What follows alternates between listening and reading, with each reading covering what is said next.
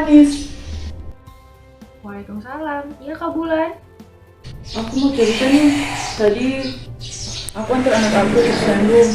Terus di sana orang pada heboh ngomongin stunting. Iya Kak.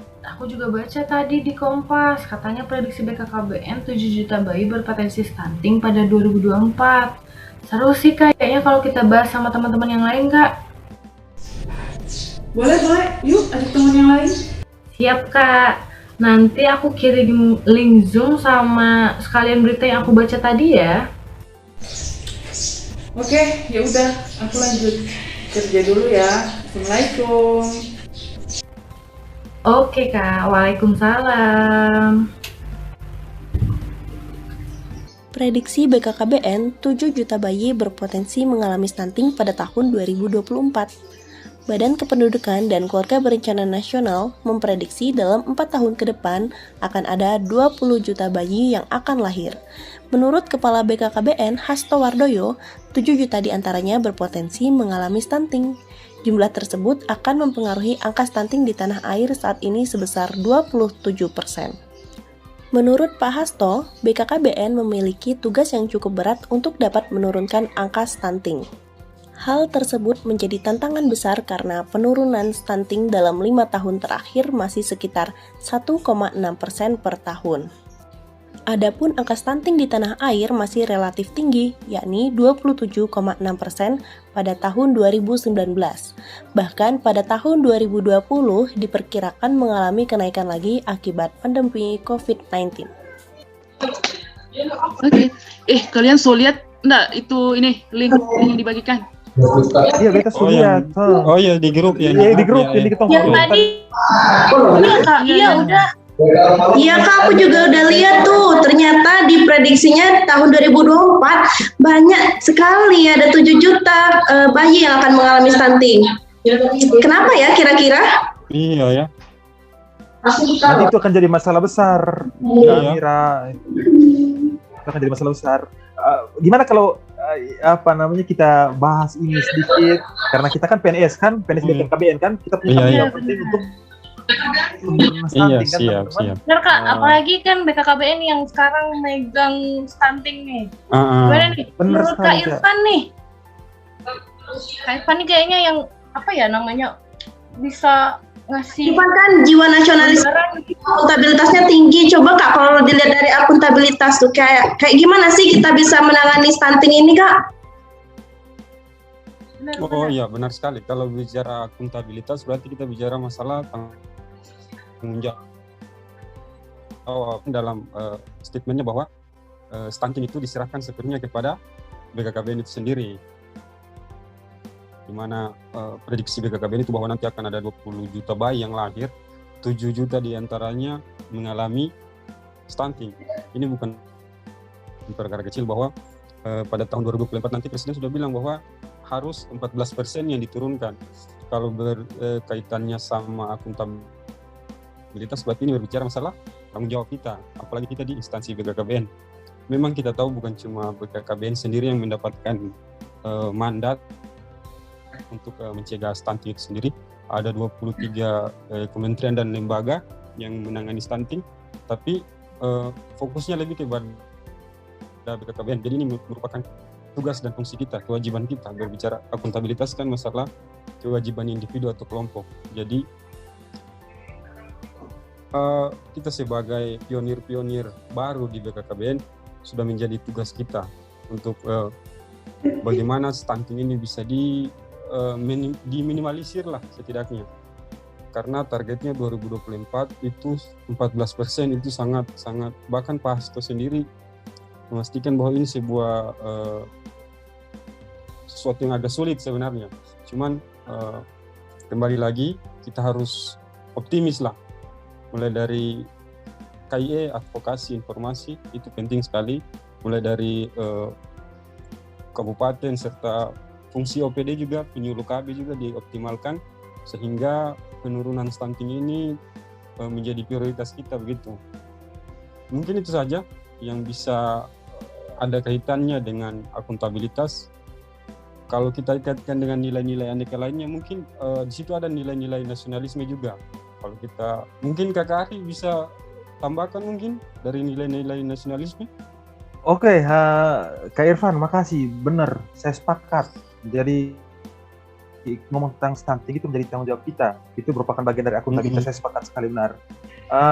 Tapi memang selain akuntabilitas itu sendiri, bahwa kebetulan kita kan ASN di BKKBN kan, gitu. Jadi saya kira mungkin teman-teman tahu tidak, Undang-Undang ASN nomor 5 tahun 2014. Di situ ada 3 poin yang mengatakan bahwa fungsi dari ASN itu ada 3. Yang pertama itu kan pelaksana kebijakan publik, kan? Yang kedua pelayan publik, yang ketiga pemersatu atau pemersatu bangsa, gitu kan?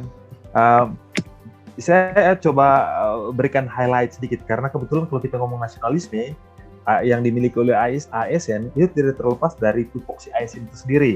Ya, kita coba kita berfokus pada poin yang pertama, misalnya sebagai pelaksana kebijakan publik itu mungkin tidak lari jauh sebagaimana yang Kak Irfan katakan tadi, bahwa kita memegang kendali penuh atau memegang tanggung jawab penuh untuk mengendalikan stunting. Sebagai pelaksana kebijakan publik, mungkin Bapak Ibu pernah tidak baca di Peraturan Presiden Republik Indonesia nomor 72 tahun 2021. Di situ mengatakan bahwa BKKBN itu merupakan ketua panitia percepatan penurunan stunting. Dan itu saya kira itu merupakan sebuah mandat besar ya, sehingga ASN yang di BKKBN penting bagi mereka untuk menanamkan rasa tanggung jawab itu sendiri. Sebagai pelayan publik, sebagai pelaksana kebijakan publik, saya tidak mau nanti yang terjadi di kantor apa. Nanti, stunting itu tuh buat kita punya pekerjaan lebih banyak dan lain sebagainya. Berarti itu kita tidak kita tidak bersedia untuk melaksanakan kebijakan publik.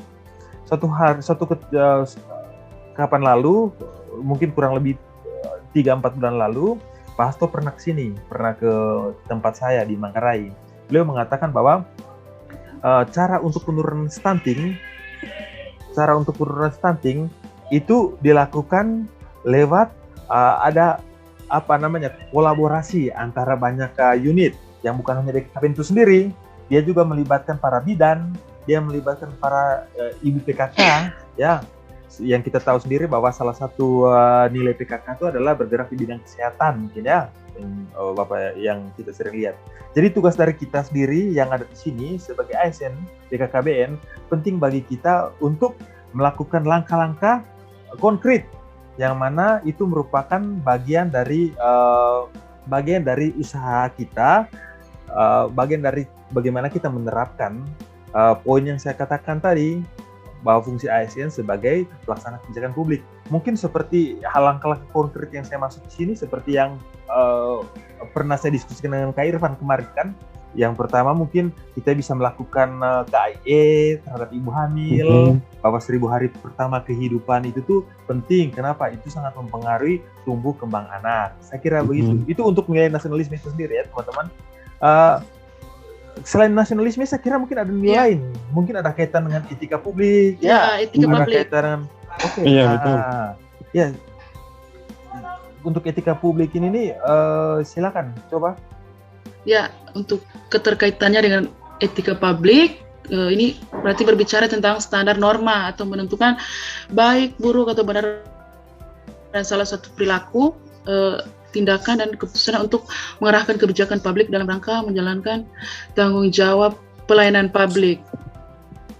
Nah, pelayanan publik dalam hal ini mungkin BKKBN diharapkan mampu melaksanakan penanganan kasus stunting ini dengan cara pendampingan keluarga untuk pencegahan stunting, dengan cara memberikan penyuluhan kepada remaja terkait pernikahan dini ya, yang disinyalir juga bisa mengakibatkan lahirnya bayi stunting, seperti itu. Selain itu, memberikan penyuluhan juga kepada ibu hamil akan pentingnya menjaga nutrisi pada 1000 hari pertama kehidupan, yakni terdiri atas 270 hari kehamilan dan 730 hari pada 2 tahun pertama kehidupan. Juga pemenuhan kebutuhan dan pelayanan kesehatan pada ibu hamil juga perlu mendapat perhatian untuk mencegah terjadinya stunting, dan amanah tersebut harus dilaksanakan dengan penuh tanggung jawab, disiplin, dan integritas tinggi. Ya, selain etika publik apa lagi ya?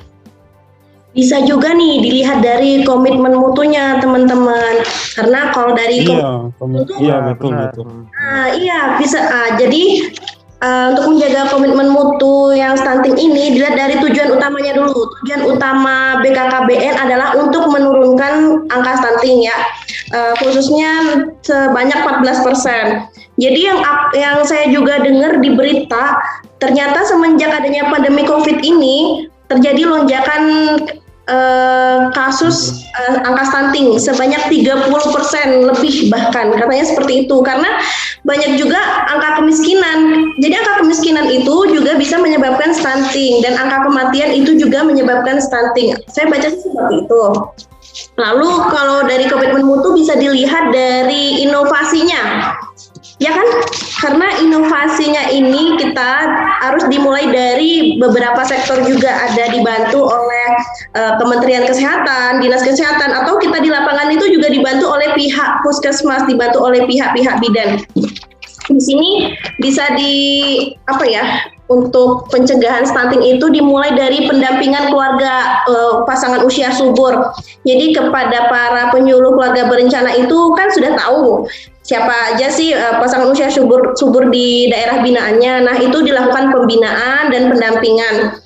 Diberikan pengetahuan tentang bagaimana sih merencanakan kehamilan. Jadi kehamilan itu harus direncanakan dan tidak langsung ujuk-ujuk langsung hamil gitu kan ya. Jadi harus ada perencanaannya. Setiap orang yang hamil itu harus didampingi, itu inovasinya juga. Jadi ada juga pendampingan pasca persalinan.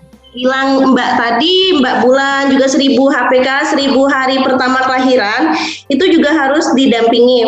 Karena ketika kita hamil, kita sudah berusaha nih, seorang ibu udah berusaha untuk menjaga nutrisi. Tetapi setelah melahirkan tidak menjaga nutrisi itu sama saja itu bisa menghasilkan anak yang stunting. Stunting itu intervensinya di usia 0 sampai 2 tahun. Setelah usia 2 tahun itu akan sulit untuk diberikan intervensi lagi, gimana ya? Kalau saya baca itu tidak bisa untuk ditangani lagi.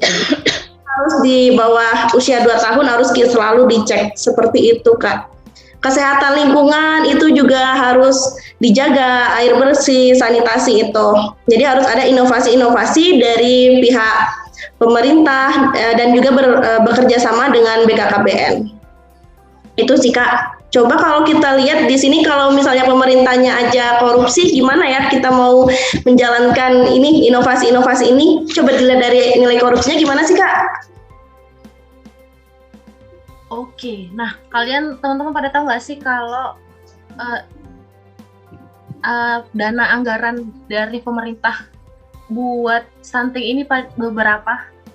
Kalau dari yang aku baca nih ya, merujuk dari surat edaran bersama Kementerian Keuangan dan Bappenas, BKKBN ini mendapatkan alokasi pagu indikatif untuk stunting tahun 2022 nanti sebesar, coba tebak berapa teman-teman kira-kira?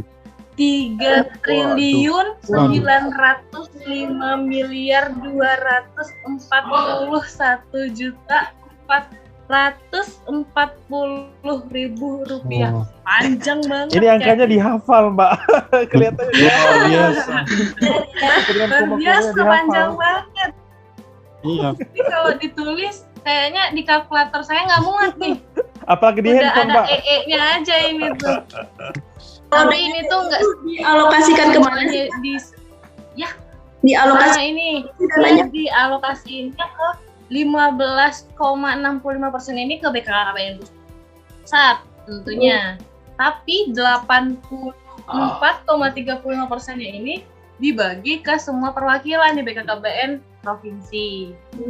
Nah, kalau dana ini nggak dipergunakan dengan semestinya, ini jahat ya teman-teman kayaknya. Tapi semoga dana-dana ini, pagu-pagu yang sudah ditetapkan bisa dipergunakan dengan baik, bisa dioptimalkan gitu ya, untuk kegiatan-kegiatan yang benar-benar untuk berfokus pada penurunan stunting. Nah, kalau misalnya nih teman-teman ada mungkin agak melihat gelagat-gelagat nggak enak ya soal dana stunting ya, tapi mau dikemanain? Ada yang bisik-bisik mungkin ya, mau buat ini, buat yang lain-lain. Mungkin kita bisa ini kali ya teman-teman punya kesadaran untuk kalau menegur kita mungkin nggak bisa ya, karena kita juga bukan orang-orang atas gitu ya. Tapi kita jangan sebisa mungkin jangan ikut, jangan membiarkan aja gitu. Kita bisa mungkin kayaknya kita bisa mengumpulkan data-data valid untuk hal-hal kayak gitu. Mungkin kita bisa melaporkan kalau misalnya memang uang itu tidak dipergunakan dengan baik gitu. Tapi harapan kita sih ya, semoga uangnya, dana anggaran ini bisa tersalurkan dengan baik, tersalurkan dengan semestinya, sehingga anak-anak bangsa kita nanti bisa merasakan hidup sehat, hidup yang semestinya, sehingga mereka ini penerus bangsa ini, entah generasi apa nanti namanya, kalau sekarang generasi milenial, nanti apa nama generasinya, semoga mereka bisa lebih membangun negeri ini lagi gitu kali ya teman-teman. Ya. Itu sih kalau misalnya dari segi anggaran segala macam. Kalau tapi ini boleh nggak sih minta nasihat sedikit nih sama kakak-kakak yang udah punya anak nih, kan sebagai yang belum menikah, belum punya anak, nah preparationnya kayak gimana sih kak, biar kita tuh takut dong stunting, apalagi nanti prediksinya luar biasa meledak gitu kan, biar supaya dari segi individunya kita, dari segi keluarganya kita juga safety nih dari stunting. Tips dong kakak-kakak yang nikah kayak gimana nih? Oke. Ini yang kebetulan sudah berkeluarga di sini, kayaknya saya dan Mbak Wulandari ini kayaknya. Mbak Kak Irfan, Kak Amira dan Kak Anis ya dok. Amin. Ini kalau ditanyakan tentang tentang pengalaman pribadi, ini jujur saja waktu istri saya mengandung ya, itu memang pengetahuan saya tentang stunting itu tuh masih sedikit ya, masih belum terlalu paham amat kan seperti sekarang kan. Jadi memang saya sangat mempersiapkan. Saya pernah baca di koran tentang 1000 hari pertama kehidupan, dan itu yang saya lakukan. Seperti istri saya itu tuh rajin saya berikan ini vitamin tambah darah, habis itu rajin saya berikan vitamin gitu, untuk ibu dan kandungan. Saya berikan susu seperti Prenagen gitu. Habis itu begitu istri saya melahirkan, bahkan sampai saat ini, saat anak saya 2 tahun lebih, saya masih membiarkan dan mengizinkan istri saya untuk menyusui ASI. Kenapa? Karena memang menurut saya makanan yang terbaik itu tuh mengalahkan susu yang mahal sekalipun tuh, itu adalah ASI. Kandungan, khasiat dan manfaatnya cukup besar ya. Saya sudah rasakan sendiri bagaimana perkembangan anak saya, dari secara fisik bagus, secara brain, otak, kapasitas mental segala macam juga. Saya mengharapkan nanti bisa demikian. Gimana Mbak Wulandari? Ya kurang lebih sih ya sama sih Mas Ari. Waktu hamil kemarin bahkan saya sama sekali belum tahu itu stunting. Saya belum ya, setelah masuk di BKKBN akhirnya saya tahu stunting itu apa dan cara pencegahannya bagaimana. Waktu kemarin hamil anak pertama yang pasti ya rutin ke puskesmas saja, terus sama dapat obat tambah darah seperti itu. Ya, ini Irfan mau sharing anak orang ini atau istri orang atau gimana? Aduh, bahaya itu Kak. Kalau sharing orang itu bahaya Kak. Gimana Kak Sunul? Kak Anis? Ya, nanti semoga saya, Kak Irfan, Amira nantinya bukan jadi kita semua ya karena kita kan ada di bagian ASN dan bagian BKKBN, semoga nanti bisa menyukseskan program ini dengan target-target pekerjaan, target pekerjaan, program-program dari BKKBN, tapi secara pribadi juga sebagai keluarga nanti kita bisa ikut sumbangsi ya untuk mendapatkan stunting ini. Kalau nantinya tahun depannya lagi mungkin ya kita punya seperti Kak Ari dan Kak Bulan, kita Amin. Berkontribusi nyata gitu.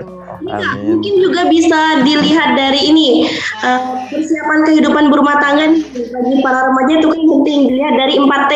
Udah tahu kan 4T itu apa aja? Iya, tahu Kak. 4 terlalu ya? Iya, 4 terlalu. Jadi jangan terlalu sering, apalagi jangan terlalu muda dan jangan terlalu tua. Itu kan bisa salah satu pemicu menyebabkan kelahiran, apalagi kalau terlalu muda, rahimnya juga tidak kuat untuk mengandung. Itu juga bisa menyebabkan salah satu terjadinya stunting. Jadi kita harus saya kan sebagai penyuluh KB pun juga harus mempersiapkan remaja-remaja di desa wilayah binaan saya untuk memahami PKBR itu apa saja, kesehatan reproduksi sebelum mereka melakukan pernikahan. Jadi harus tahu dulu kesehatan reproduksinya apa. Jadi tidak hanya preweddingnya saja yang dibesar-besarkan, tapi juga prakonsepsinya harus tahu, ya nggak? Sepakat. Ini calon pemimpin BKKBN ini nih. Amin.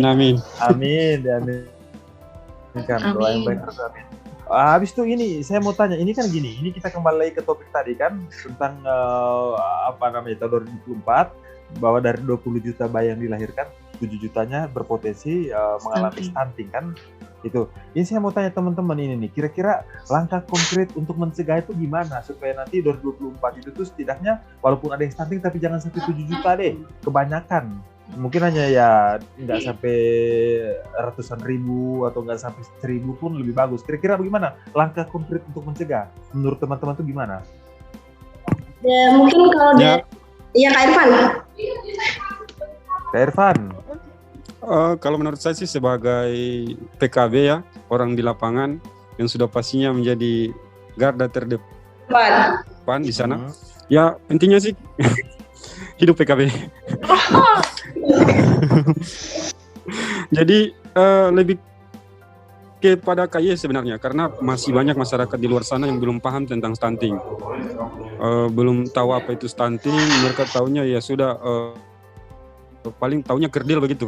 Tidak tahu apa itu stunting. Ya, jadi lebih kepada arah KY sebenarnya, mengedukasi masyarakat bagaimana pentingnya hidup sehat supaya merencanakan 1000 hari pertama kehidupan supaya angka stunting itu bisa dimaksimalkan lah, bisa dioptimalisasi begitu. Memang turunnya tidak jauh, tapi ada istilah lebih baik mencegah daripada mengobati gitu. Itu dari kacamata saya. Mungkin dari teman-teman lain mungkin ada strateginya. Mira mungkin. tadi mau ngomong nih. Ya. Kak Mira. Ya kalau menurut saya juga di sini harus ada dilatih tuh petugas kesehatan dan juga para kadernya. Jadi di posyandu itu kan Kak biasanya ada para kader posyandu, dan ternyata di lapangan para kader posyandu pun ada yang juga belum tahu apa itu stunting. Kalau di tempat Kervan gimana? Udah pada tahu semua belum kadernya stunting? Waduh, itu juga yang jadi masalah Kakak. Mungkin karena kurang membaca atau kurang akses media sosial, jadi ada juga yang belum paham masalah stunting Kakak. Iya, makanya itu banyak sekali orang yang mengira kalau stunting itu adalah anak yang bertumbuh pendek, kerdil itu sudah dianggapnya stunting. Orang yang bertumbuh pendek pun belum tentu dia stunting, karena bisa dilihat dari kecerdasan otaknya, dari kognitifnya. Dari situ baru bisa dikatakan anak itu stunting atau tidak. Jadi yang paling penting adalah dari posyandu itu sendiri dilatih para tenaga kesehatannya dan juga para kadernya untuk memahami apa itu stunting, baru diberikan pembinaan KIE juga kepada para ibu-ibu pasangan usia subur. Itu sih Kak.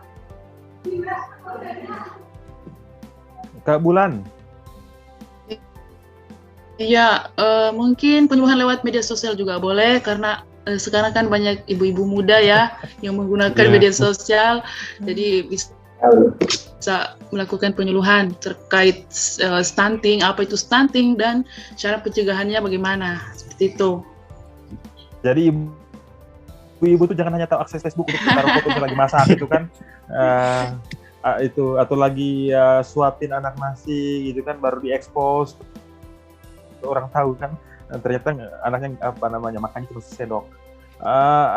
Kak Husnul, kira-kira gimana sih menurut Kak? Aku mau nambahin Kak.